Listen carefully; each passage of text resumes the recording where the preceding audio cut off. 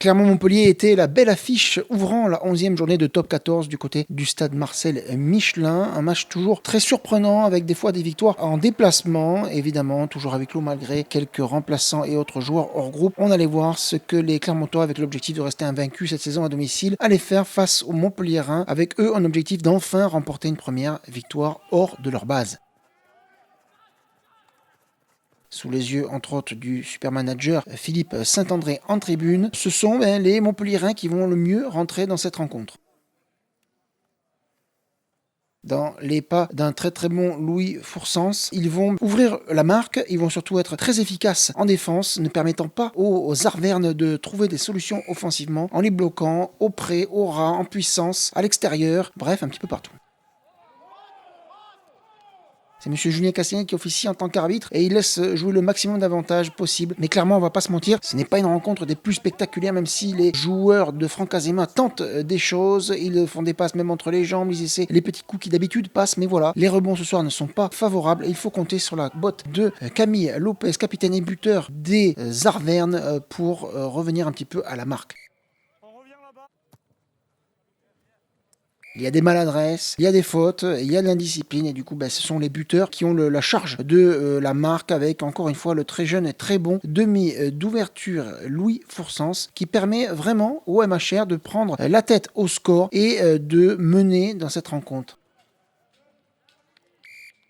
Camille Lopez lui répond face aux indisciplines. Il y a un secteur évidemment qui va être très important, c'est celui du jeu au sol.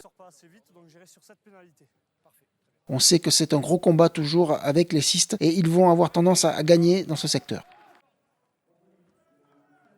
Autre secteur qui va être aussi prépondérant, c'est celui de la touche. Au total, les Héroltais vont perdre pas moins de 6 ballons en touche ou 6 ballons volés par l'alignement des joueurs du président Altrad qui mènent 15-6 à la pause. Allez, on a un petit peu d'espoir dans la deuxième mi-temps en se disant qu'il va y avoir enfin des essais, des actions, même des essais, pourquoi pas, mais non. On repart sur un même schéma de jeu, même scénario, les équipes tentent, mais il y a des maladresses, il y a des mauvais choix. Et les Clermontois qui ne trouvent pas de solution face à la défense agressive des coéquipiers de Fulgence Ouedraogo.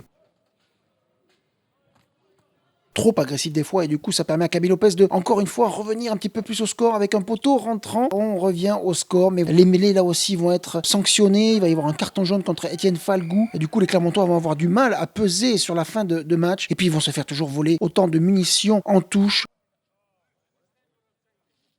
Ils vont avoir une munition pour peut-être revenir avec un essai transformé dans les clous du match mais encore une fois ils vont se faire voler cette balle très importante. Allez, il y a des bonnes nouvelles quand même dans cette rencontre avec les retours de blessures. Damien Penaud d'un côté et puis Louis Picamol dont c'était le retour après une très très longue blessure. Le numéro 8 des Cistes qui va d'ailleurs voler un ballon très très important en fin de rencontre. Clermont n'y arrive pas.